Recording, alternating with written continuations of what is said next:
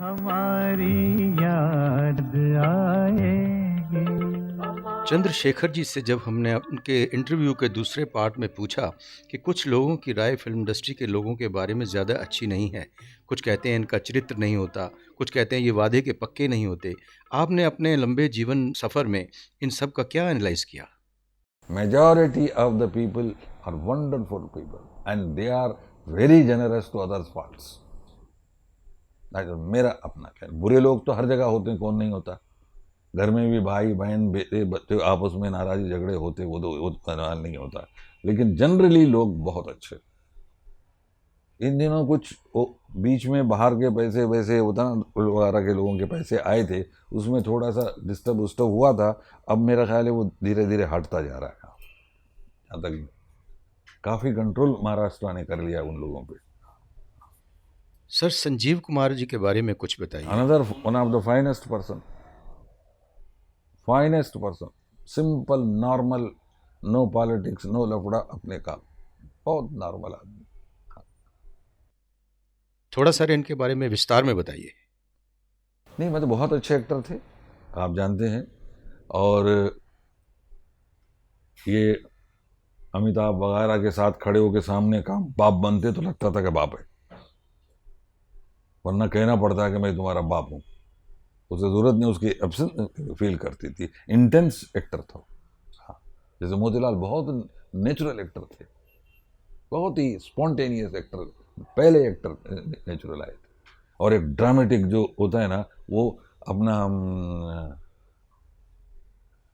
चंद्रमोहन साहब थे, एकदम एटीट्यूड। तो अच्छे अच्छे, एक से अच्छे अच्छे लोग हुए गुजरे। सर, दादा मुनि अशोक कुमार जी के बारे में कुछ बताइए। अशोक कुमार भी पितामह थे। वो एक्टर बनना नहीं चाहते, जबरदस्ती उनको बनाया था। कभी किसी की बुराई नहीं करते थे। जब उनसे कहे कि दादा मुनि आपने वो विक्टोरिया नंबर बहुत अच्छा काम किया, अरे मैंने कहाँ काम किया, हर शाट से पहले प्राण मुझे बताया करता था, ऐसी बात। वरना किसी को अच्छा काम कर दो, हाँ जी मैं तो यूँ यूँ कहने लग जाते हैं। हाँ, हमारे यहाँ बहुत आना जाना था उनका। हाँ, बहुत अच्छे आदमी, बहुत ही अच्छे थे, बड़े एफेक्शनेट थे। हाँ सर, और कौन कौन से कलाकारों के साथ आपने काम किया? हमारा जो सर्कल था, मैं और मेरे दोस्त मनमोहन कृष्ण थे, सर्कल था हमारा। हमारे साथ कौन, पृथ्वीराज जी, जगदीश सेठी साहब, के.एन. सिंह साहब, डेविड अब्राहम साहब, और जागीरदार साहब, जयराज साहब, मदोक साहब, ये लोग, इनका एक ग्रुप हुआ करता था, पढ़ा लिखा पहला बैच था इंडस्ट्री में, फिल्म इंडस्ट्री में। तो मुझे और मनमोहन को उन लोगों के साथ में बहुत फायदा हुआ। और तब उस जमाने में गुलामी बहुत होती थी, हर आदमी मालिक के पास जाके सल्यूट करता था, रोज जाके स्टूडियो में काम हो ना, जाके आपको वहाँ पर सलाम करना, कार्ड पंच करना। शांताराम जी के 40s में हम अंदर जाते थे, कार्ड पंच करके काम हो नो, बैठे पड़े हुए, घंटी बजे शाम को भेड़ बकरों की तरह बाहर निकलते थे। तो मनमोहन कृष्ण हमेशा कहते थे मुझसे, यार शेखर क्या होगा क्या होगा, करते करते करते वहाँ से निकले। इनको कुछ लोग और मिल गए, mister KG, Krishna Gopal, mister Sajjan, ये वगैरह बहुत से लोग मिल गए। मिलने के बाद 40s से स्ट्रगल करते रहे, 50s में जाके एसोसिएशन बनने लग गई। 50s में जाके 58 फिर फेडरेशन बना, फिर कन्फेडरेशन मरा। और सबसे एक ऐसी बात है, लोगों को सबक सीखना है कि दो apex bodies, employer and employees की, ये जॉइंट डिस्प्यूट सेटलमेंट कमेटी है। सारे केसेस वहाँ आते हैं जॉइंटली बैठ के, बड़े कंजीनियल एटमोसफियर में, बहुत ही प्यार मोहब्बत के माहौल में उसके डिसीजंस होते हैं। हार्डली कोई आदमी कोर्ट जाता है। वो इंट्रोडक्शन जॉइंट का मैंने ही शुरू कराया था। और दूसरी चीज़ आपने देखा होगा, किसी फैक्ट्री में कहीं पर मालिकों से झगड़ा होता है, तोड़ फोड़ कर देते हैं, मालिक को मार देते हैं, सामान तोड़ देते हैं, तब भी उनको तसल्ली नहीं हो तो आने जाने वाली गाड़ियां तोड़ देते हैं, बसेस तोड़ देते हैं। आपने कभी नहीं सुना होगा फिल्म वाला औरों को तो छोड़ के मालिक को भी तोड़ा फोड़ा, कभी स्ट्राइक हो गया, बंद हो गया, नहीं सुना होगा। 13 साल में प्रेसिडेंट था, एक दिन एक काम बंद नहीं हुआ, एक दिन स्ट्राइक नहीं हुआ। एक दफ़ा हुआ था, प्रेस वालों ने पूछा आप तो बड़े मतलब ये चैलेंज करते हैं कि हमारा कभी स्ट्राइक नहीं हुआ। मैंने कहा साहब आप पढ़े लिखे हैं, जर्नलिस्ट हैं, ये स्ट्राइक नहीं था, ये लॉकआउट था, मालिक की तरफ से हुआ। बाद में फिर वो सेटल हो गया तमाम। यहाँ झगड़े फिसाद तमाम यहीं बैठ के आपस में सब सेटल कर लेते। तो ये जो बंद हो जाता है, ये काम हो जाता है, मैं तो कहता हूँ उन लोगों को सोचना चाहिए कि भाई इनका कैसे चलता है फिल्म वालों का। ज़रा सी बात पे सारी कंट्री उल्टी सीधी हो जाती है। मेरी मर्जी ना हो मेरी दुकान आप ज़बरदस्ती बंद करा देंगे, आने जा रहे आप गाड़ी जा रहा आपकी गाड़ी तोड़ देंगे। प्रॉब्लम आपका है, इनको क्यों कर रहे हैं भाई ऐसा? हाँ, तो ये जितना मैं पॉजिटिव साइड जानता हूँ फिल्म इंडस्ट्री की वो मैं आपको बता रहा हूँ। सर, फिल्म इंडस्ट्री के पापा जी श्री पृथ्वीराज कपूर जी के बारे में आप कुछ बताइए। हमारे सीनियर थे वो हमसे, लेकिन वो एक ऐसी पर्सनालिटी थी साहब, उनकी डेथ पर मिस्टर सोहराब मोदी, मिस्टर ख्वाजा अहमद अब्बास सीरी साउंड स्टूडियो में कंडोलेंस मीटिंग में उन्होंने कहा कि डेलीगेशन गया था रशिया में, तो तमाम लोग बात करते रहे। उसके बाद उनके उसको कहते ना कि वोट ऑफ थैंक्स में उन्होंने ये कहा, we wish we could have mister personality like mister Prithviraj in our country. ऐसा वो जो आदमी का था, और उतने ही दिल का इतना साफ। शालीमार में हम थे एक दिन, क्या हुआ, वो सब बहुत प्राइज लेते थे वो, तो उन्होंने देखा कि एक ऑफिस पे क्यों लगा हुआ है वर्करों का। शाम को WZ अहमद साहब थे मालिक, प्रोड्यूसर डायरेक्टर, आए तो उनके पास कहना, अहमद साहब ये सुबह से देख रहा हूँ ये लाइन लगी हुई है यहाँ पर, क्या बात है? कहता जी वो परसों होली है ना, वो एडवांस चाहिए उनको, तो भाई सुबह से यहाँ खड़े। कहते एक आदमी मुंबई गया पैसे लाने के लिए, वो आएगा तो उनको देंगे, तो इसका मतलब है कि मेरा पैसा भी नहीं आया। उस ज़माने में शायद वो 20 से 25 हज़ार रुपया था साहब इंस्टॉलमेंट, अंदाज़ा लगाइए, 46 की बात बता रहा हूँ मैं। तो अच्छा नहीं आया, हम आपके तो पैसे हैं, ले जाइए। कहता अहमद साहब ये पैसा उनमें बांट दीजिए। साहब उस ज़माने में वो पैसा उन लोगों में बांटा गया, और सारा स्टूडियो, मेरा ख्याल है 90 कुछ स्टाफ था, यूं हाथ ऊपर उठा के उसके लिए दुआ मांग रहे थे, पृथ्वीराज जी के लिए क्या आदमी है ये, ऐसे पृथ्वीराज जी थे। 70 में मेरी लड़की की शादी थी, तो मनमोहन किशन का फ़ोन आया, यार वो बड़े मियाँ को समझाओ, मतलब पृथ्वीराज जी को, कि क्या, वो कहता है तुम्हारी लड़की का टीका देने के लिए वो जाना चाहते, क्योंकि वो शादी के दिन यहाँ नहीं है, अमृतसर को शूटिंग में जा रहे। तो मैंने फ़ोन किया कि पृथ्वीराज जी वो ये, अरे नहीं मैं शादी में नहीं तो मैं आऊँगा। नहीं, वहाँ पर उनके यहाँ 2nd फ्लोर है, आप चढ़ नहीं पाएंगे। बड़ी मुश्किल से उनको पटाया, समझाया। तो ऐसा उनके साथ रपो सबके साथ था उनका, सबसे प्यार मोहब्बत, और बड़े नॉर्मल हुआ करते थे। और पृथ्वीराज जी तो साहब सारी जिंदगी में एक पैसा ब्लैक नहीं लिया, आप अंदाजा लगाइए। और थिएटर को जिंदा किया, मरे हुए थिएटर को। वहां से कई लोग आए फिल्मों में, वहां से। हाँ, राज कपूर साहब वो आ रहा तो बॉम्बे टाकीज में 3rd 4th असिस्टेंट काम करते थे, फिर केदार शर्मा साहब के असिस्टेंट काम करते थे। हाँ, तो ये लोग, ये हर इंसान जो है ना एक चैप्टर है। Status to Alexander was not that big and handsome. वो बड़ी एक से एक अच्छी चीज नहीं होगा। ओरिजिनल अकबर आग बनाएंगे तो कोई एक्सेप्ट ही नहीं करेगा, शॉर्टकट का जैसे होता है ना। ये श्रृंगार रसन है साहब फिल्म मेकिंग। जैसे कमाल अमरुई साहब, उन्होंने कोठों को ग्लैमराइज कर दिया, तो आईएफओम को मतलब है कि अच्छी श्रेणी में खड़ा कर दिया लाके। हाँ, अब है सबके अपनी अपनी कंट्रीब्यूशन है।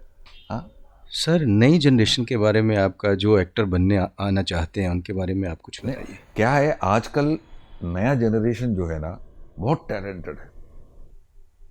आपने देखा होगा, आप सीरियलों में भी वहाँ देखिए क्या परफॉर्म करते वो लोग।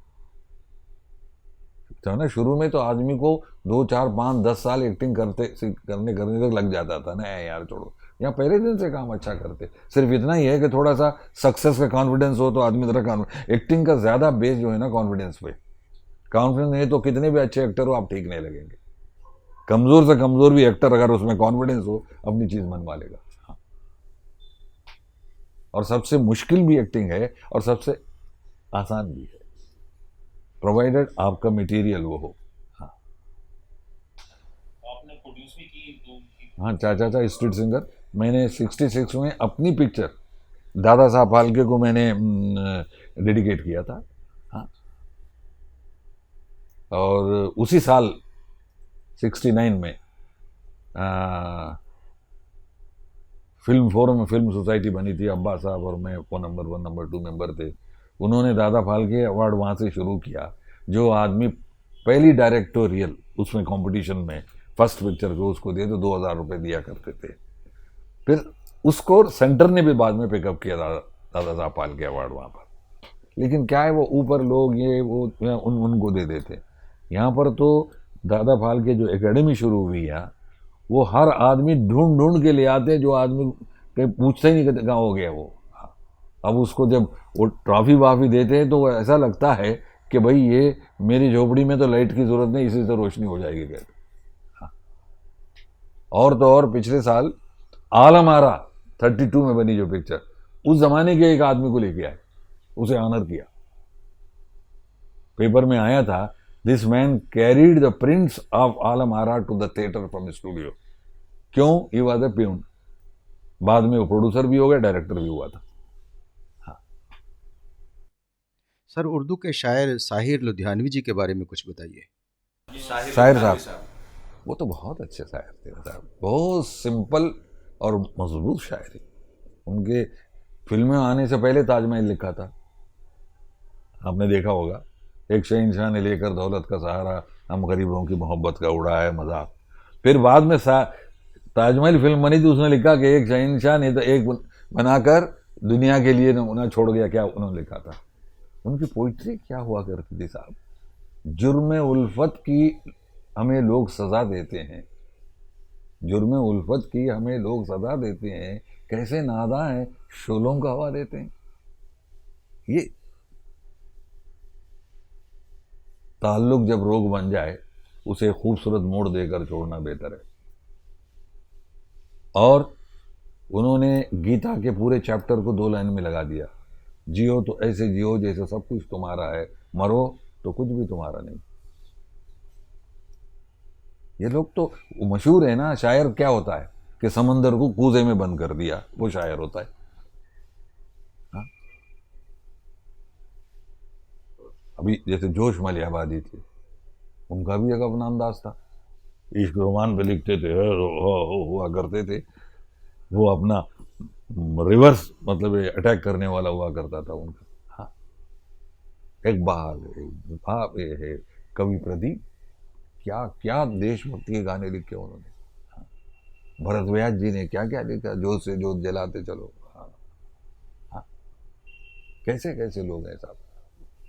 मेरे शंकर जयकिशन थे ना, शंकर मेरे बचपन में अखाड़े के साथी होते थे हैदराबाद में। और उसी वक्त शंकर राव चौहान जो सेंट्रल मिनिस्टर थे, शंकर राव चौहान, वो मेरे सिटी कॉलेज में क्लासमेट हुआ करते थे। और शंकर साहब बिल्कुल पढ़े लिखे नहीं थे, लेकिन शायरी को कविता को बहुत समझते थे। क्या म्यूजिक दिया उन लोगों ने। हाँ, हमारे बच्चे की शादी में वो भी खड़े हुए थे यहाँ पर। हाँ, सब राजेंद्र कृष्ण ने क्या क्या लिखा उन्होंने। हाँ, हाँ, हर आदमी को अगर आप चैप्टर लेके बैठेंगे तो एक से एक अच्छे लोग हैं साहब, एक से एक अच्छे लोग हैं। हाँ। सर, राजेंद्र कुमार जी के साथ आपने काम किया है, ज़रा उनके बारे में बताइए। वो बिल्कुल, क्योंकि मैं मस्ताना में काम कर रहा था। मस्ताना पिक्चर एच.एस. रवेल साहब की थी, वो चार्ली चैपलिन की द किड पिक्चर थी। वो टाइटल रोल तो मस्ताना मोतीलाल ने प्ले किया, हीरो हीरोइन मैं और अपने निगार सुल्ताना थे उसमें। तो उसमें ये सेकंड असिस्टेंट हुआ करता था। उसके बाद जुबली कुमार हो गए। हाँ, तो ये सभी ऐसे ही लोग होते हैं, सबका कोई ऐसी बात नहीं है। हाँ, अभी उसमें एक अदर गर्ल जो कहलाती है ना, वो मुमताज़ की माँ थी, नाज। और मेरा ख्याल है 10 साल के बाद भगवान दादा की एक पिक्चर बनी हम दीवाने, उसमें उनकी लड़की मुमताज़ मेरे साथ ही थी, हम हीरो हीरोइन थे उसमें। हाँ हाँ, हमारा इंडस्ट्री के संबंध पृथ्वीराज जी सबसे पहले आदमी थे जो फ्री लांसिंग शुरू हुआ उनसे। एक सीएम त्रिवेदी साहब थे, उनकी 16 फिल्मों में मैंने काम किया था। पहले आर्टिस्ट थे जो फ्री लांसिंग हुई थी, वरना नौकर होते थे स्टूडियो में सब लोग। हाँ, एक जगदीश सेठी साहब थे, वो कलकत्ते से, वो भी कलकत्ते से आए थे। कपाल कुंडली फिल्म वहाँ बनी थी, कपाल कुंडली जो एक दबदबा था, ये सब पढ़े लिखे ग्रेजुएट थे सब ये लोग। हाँ, उनको वो सीएम त्रिवेदी साहब ने अपनी पूरी पिक्चर के लिए 2000 रुपये में साइन किया था। पूरी इंडस्ट्री में मातम हो गया कि 2000 रुपया के एक्टर को इंडस्ट्री का क्या होगा आगे चल के, आप अंदाजा लगाइए। आज एक छोटा सा छोटा आदमी भी सीरियल में काम करने वाला इससे ज्यादा हर जगह है। आज आप अपने किसी भी कॉरपोरेट इंडस्ट्री में जाइए, एमबीए वगैरह को 40,000, 50,000, लाख, 1.25 लाख, 1.5 लाख सैलरी से, लेकिन वहाँ हायर एंड फायर वाली बात है, जब चाय निकाल दिया, जब चाय रख लिया। हाँ, तो पर इतना मैं ज़रूर कहूँगा, हमारे इंडस्ट्री में, हमारे हिंदुस्तान में ये स्ट्राइक्स वगैरह, मैं ट्रेड यूनियन का नुमाइंदा हो के कह रहा हूँ, उस प्रॉब्लम को काम न बंद करते हुए कैसे सॉल्व हो, ये रास्ता आदमी को ढूंढना चाहिए था।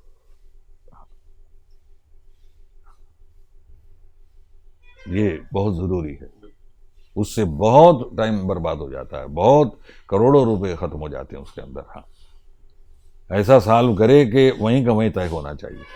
हाँ, आने वाले जो हमारे नए कलाकार आते हैं, उनके लिए कुछ इंडस्ट्री नहीं नहीं भैया, वो जो जितने हैं इस वक्त नए नए आए हैं, बहुत टैलेंटेड है, एक से एक टैलेंटेड है।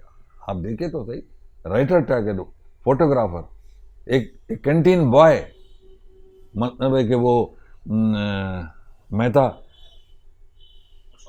अशोक मेहता कैंटीन बॉय खुद ही कहते हैं, आज मोस्ट एक्सपेंसिव सिनेमाटोग्राफर है। यहाँ किसी पर पाबंदी नहीं है, आप कुछ भी बन सकते हैं जिस टाइम, आप में बात होनी चाहिए उसमें, और आपको अपने आप को मार्केट करने आना चाहिए, आप अपने आप को कैसे प्रेजेंट करते लोगों में आना चाहिए। आप बड़े कारीगर हो, अगर टेम्परमेंट आपका अच्छा नहीं हो तो आप सिस्टम में आएंगे नहीं। कुछ लोग हैं, कुछ कमज़ोर होते हैं, लेकिन वो अपने स्वभाव की वजह से लंबे चलते हैं। जैसे राजेंद्र कुमार साहब को लोगों ने एक्टर नहीं माना, लेकिन जुबली कुमार होकर रह गए। विजेंद्र साहब को भी लोग कहते थे एक्टर कैसे हैं, लेकिन वो 30-35 साल तक हीरो रहा हुआ। तो और क्या एक्सपेक्ट कर सकते हैं हम इससे यहाँ से? मतलब उनके लिए जो नए आ रहे हैं उनके लिए टैलेंटेड हैं, उसके अलावा कुछ उनको मैसेज कर सकते? नहीं, मैसेज यही है ना कि तब इतनी बातें हमने कही ना, इतनी बातें जो कही हमने, ये मैसेज ही तो है। पहले कलाकार डिसिप्लिन होते थे, टाइम के पाबंद होते थे, कुछ नहीं भैया, टाइम होते थे क्योंकि उस वक्त नौकरियां हुआ करती थी, आज़ादी हो गई, पैसा ज़्यादा हो गया, डिस्पैरिटी बहुत हो गई। आप अपने 100 रुपये में काम कर रहे हैं, ये 1 करोड़ में काम कर रहे हैं, तो नेचुरली बड़ा फर्क पड़ जाता है। पहले आप अकेले आया करते थे, ये होता था। अब आप चूंकि करोड़ रुपए देते होंगे आप, तो आपके साथ 2-4 आदमी भी होंगे, मेकअप वाला भी होगा, अटेंडेंट होगा, तो वो जो होता है ना ग्रुप का, वो बात खत्म हो जाता है। हाँ, सब एक साथ बैठते थे, खाते थे, मेकअप रूम बैठते थे। अब सबके वैन अलग हैं, वो है, कंफर्ट की जरूरत है, कंफर्ट हो तो आप बेटर परफॉर्म करेंगे। यहीं पर नहीं, ऑल ओवर द वर्ल्ड है। फिल्म इंडस्ट्री में भी अगर कोई चेंज आया है तो जो सारे समाज में, दुनिया में आया है, वही चेंज उसमें है। हाँ, विजय तेंदुलकर साहब से किसी ने पूछा कि साहब आप फिल्मों में वहाँ पर बहुत ही वायलेंस दिखाते हैं, तो उन्होंने कहा साहब जो फिल्म वाले वायलेंस दिखाते हैं, जो सोसाइटी में है वो 20% भी नहीं है। सोसाइटी में इससे कहीं ज़्यादा वायलेंस है।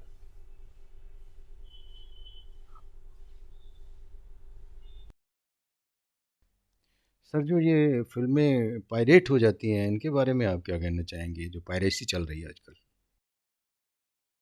मेरा तो ये कहना है कि फिल्म इंडस्ट्री के लिए सबसे बड़ा नुकसान जो है वो पायरेसी है। पायरेसी मतलब एक पैसा आपने खर्च नहीं किया और जो पैसा खर्च करके करोड़ों रुपए फिल्म बनाया उसकी फिल्म आप लोग दिखा के पैसा बना रहे हैं, उसको नुकसान होने वाला है। ये कैरेक्टर किसी तरह हटना चाहिए। ये तो इन्वेस्टमेंट आ जाता है ना, ये तो एक एक टिकट बेच बेच के इन्वेस्टमेंट आप निकालता है। प्रोड्यूसर डिस्ट्रीब्यूटर को देता है, डिस्ट्रीब्यूटर वहां चलाता है, तो आपके इन्वेस्टमेंट कवर करते वक्त भी गवर्नमेंट इससे इतना पैसा ले लेती है और कोई जिम्मेदारी गवर्नमेंट की नहीं है फिल्म इंडस्ट्री के बारे में। और मेरा ख्याल है टेक्सटाइल के बाद सबसे ज्यादा टैक्स जो है वो फिल्म इंडस्ट्री देती है, एंटरटेनमेंट टैक्स। और ये भी लोगों का कहना है कि मैक्सिमम क्राइम जो है फिल्म इंडस्ट्री अपने में अब्जॉर्व कर लेती है। थिएटर में जाते लोग, जिन दिनों थिएटर वेटर बंद होते क्राइम ज्यादा हो जाते उन दिनों में। हाँ,